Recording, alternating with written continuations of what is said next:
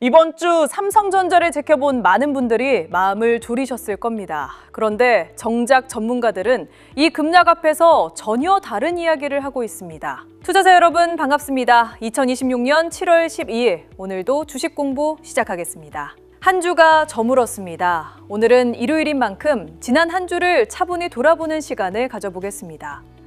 솔직히 말씀드리면 이번 주는 삼성전자 투자자들에게 쉽지 않은 한 주였습니다. 주가가 연일 미끄러지면서 많은 분들이 계좌를 보며 한숨을 쉬셨을 겁니다. 어떤 분은 밤잠을 설쳤을지도 모릅니다. 그 마음 충분히 이해합니다. 하지만 오늘 이 시간이 끝날 무렵에는 조금은 마음이 가벼워지시길 바랍니다. 지금부터 이번 주 삼성전자에 무슨 일이 있었는지 하나씩 짚어보겠습니다. 먼저 숫자부터 확인해 보겠습니다. 삼성전자는 이달 들어 약 15% 넘게 하락했습니다. 7월이 시작된 지 얼마 되지도 않았는데 벌써 이만큼 빠진 것입니다.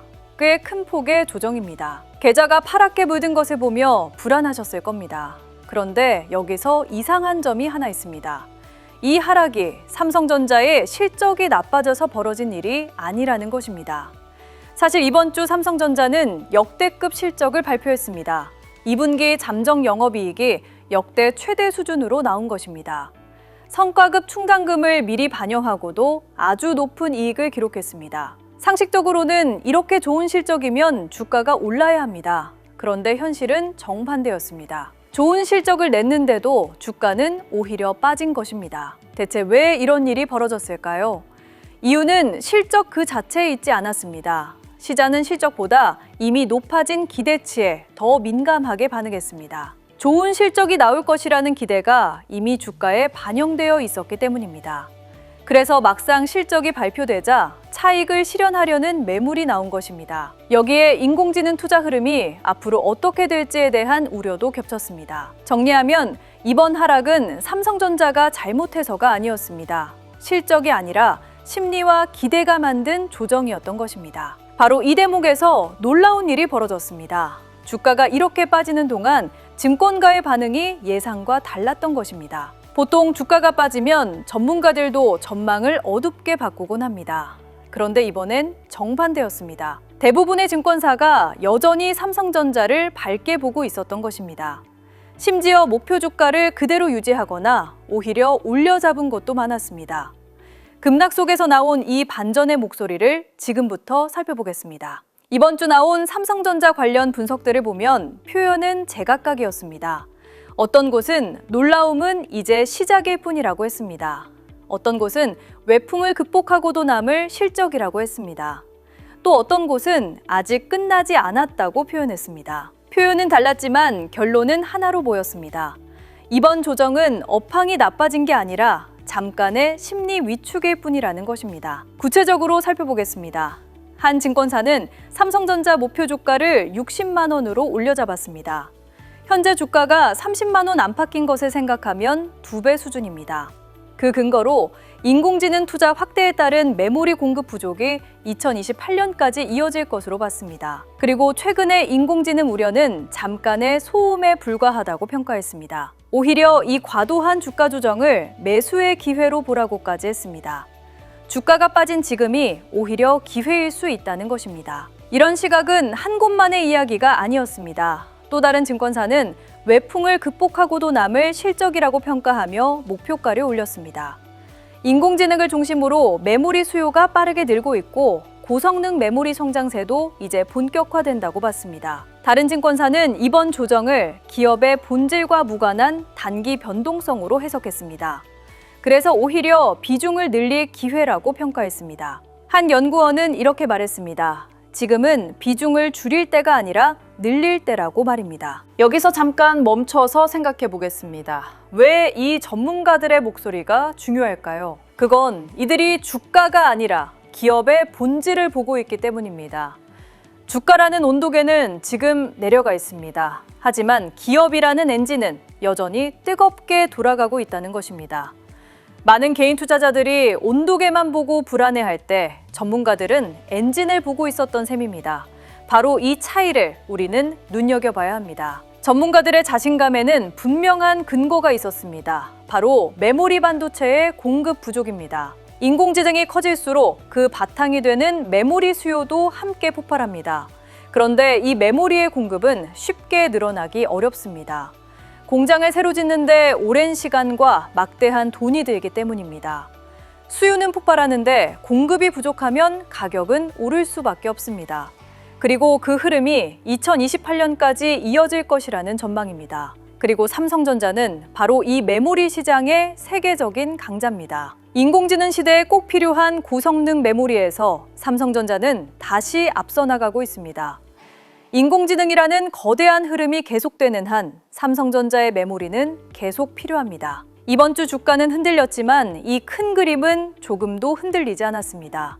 전문가들이 급락 속에서도 담담했던 이유가 바로 여기에 있습니다.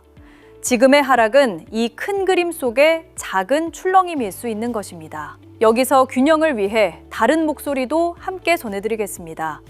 모든 전문가가 똑같이 낙관한 것은 아니었습니다. 한 해외 기관은 인공지능 투자는 계속되겠지만 반도체의 이익 성장세는 점차 둔화될 수 있다고 봤습니다.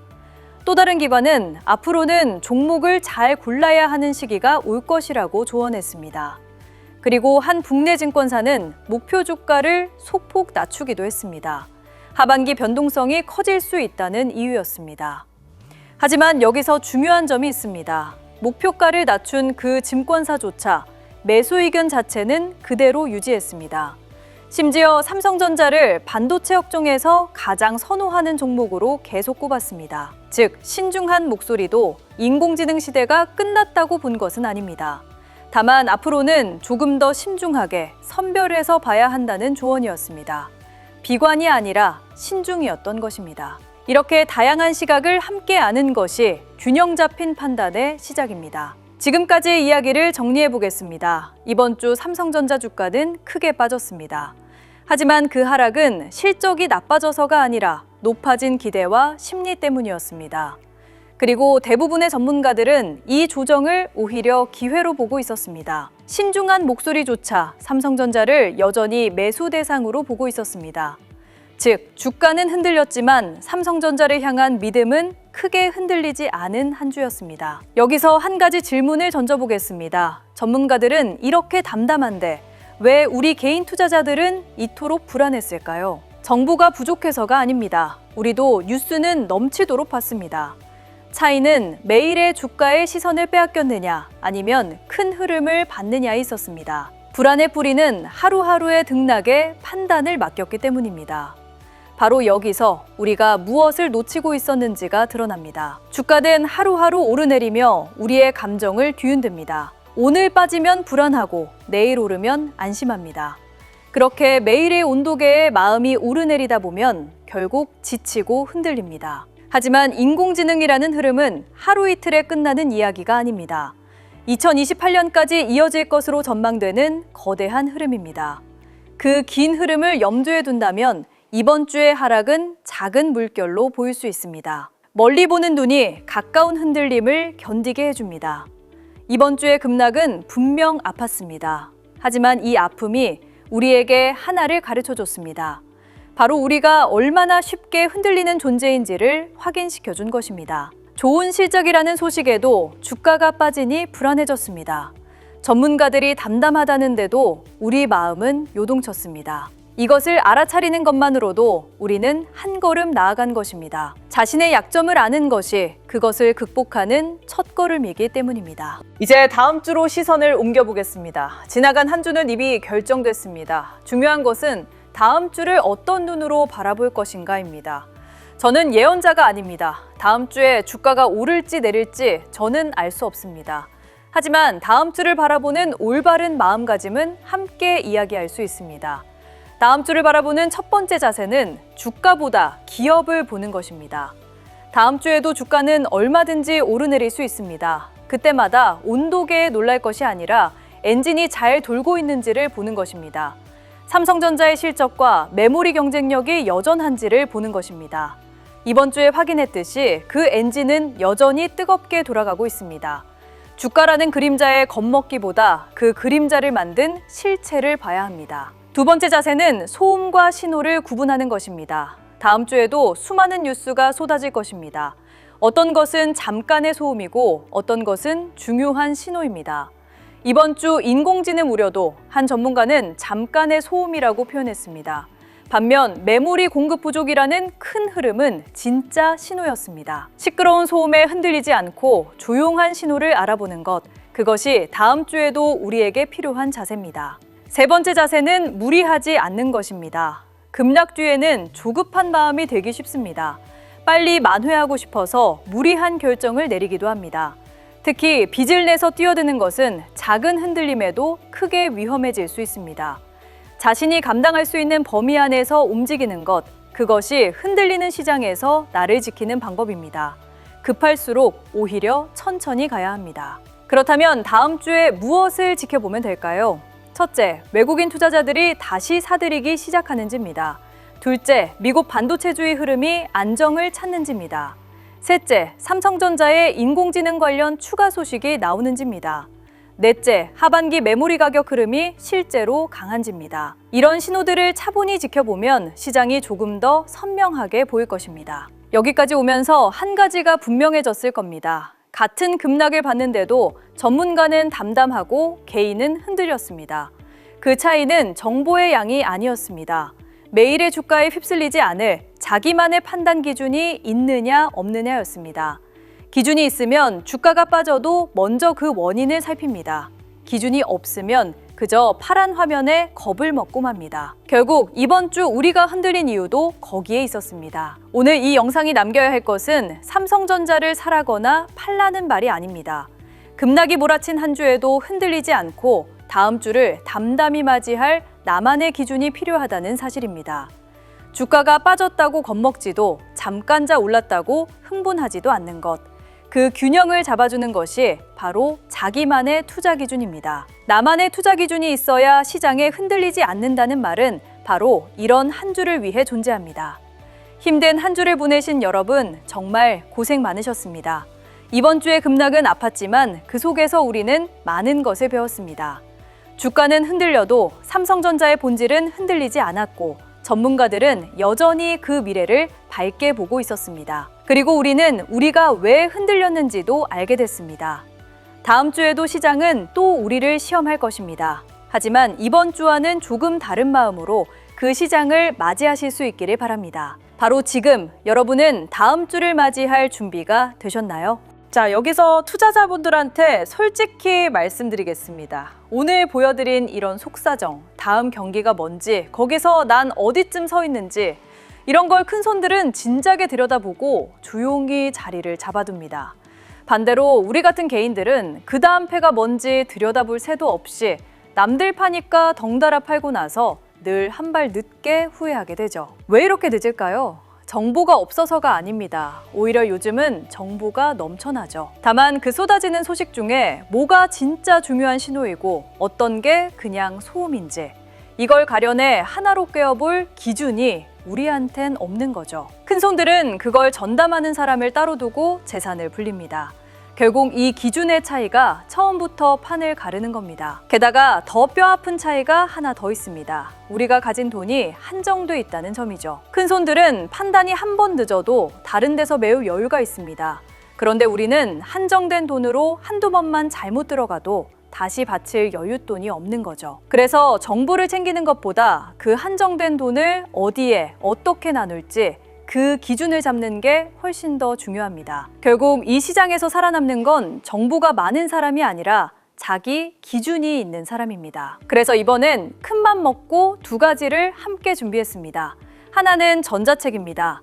투자자가 대체 뭘 어떻게 해야 수익을 낼 수 있는지 그 길을 처음부터 끝까지 7개의 기준으로 정리한 책이죠. 또 하나는 AI 주식 기준표입니다. 복잡한 시장을 매일 대신 분석해서 오늘 뭘 지켜봐야 하는지 한눈에 보여주는 도구죠. 기준을 왜 세워야 하는지는 전자책이, 그 기준을 매일 어떻게 적용하는지는 기준표가 채워주는 겁니다.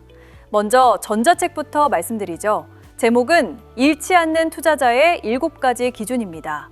감이 아니라 기준으로 수익 내는 법을 담았죠. 개인이 왜 늘 한 발 늦는지, 사기 전에 뭘 점검해야 하는지, 언제 담고 언제 덜어내야 하는지, 그리고 폭락장을 어떻게 기회로 바꾸는지까지, 특히 투자금 규모에 따라 전략이 완전히 달라야 한다는 걸 300만 원부터 5억 원 이상까지 구간별로 나눠서 정리해뒀습니다. 내 돈이 어느 구간인지 보고 거기에 맞는 스탠스만 지켜도 절반은 성공인 셈이죠. 그 다음은 AI 주식 기준표입니다. 쓰는 법은 정말 간단합니다.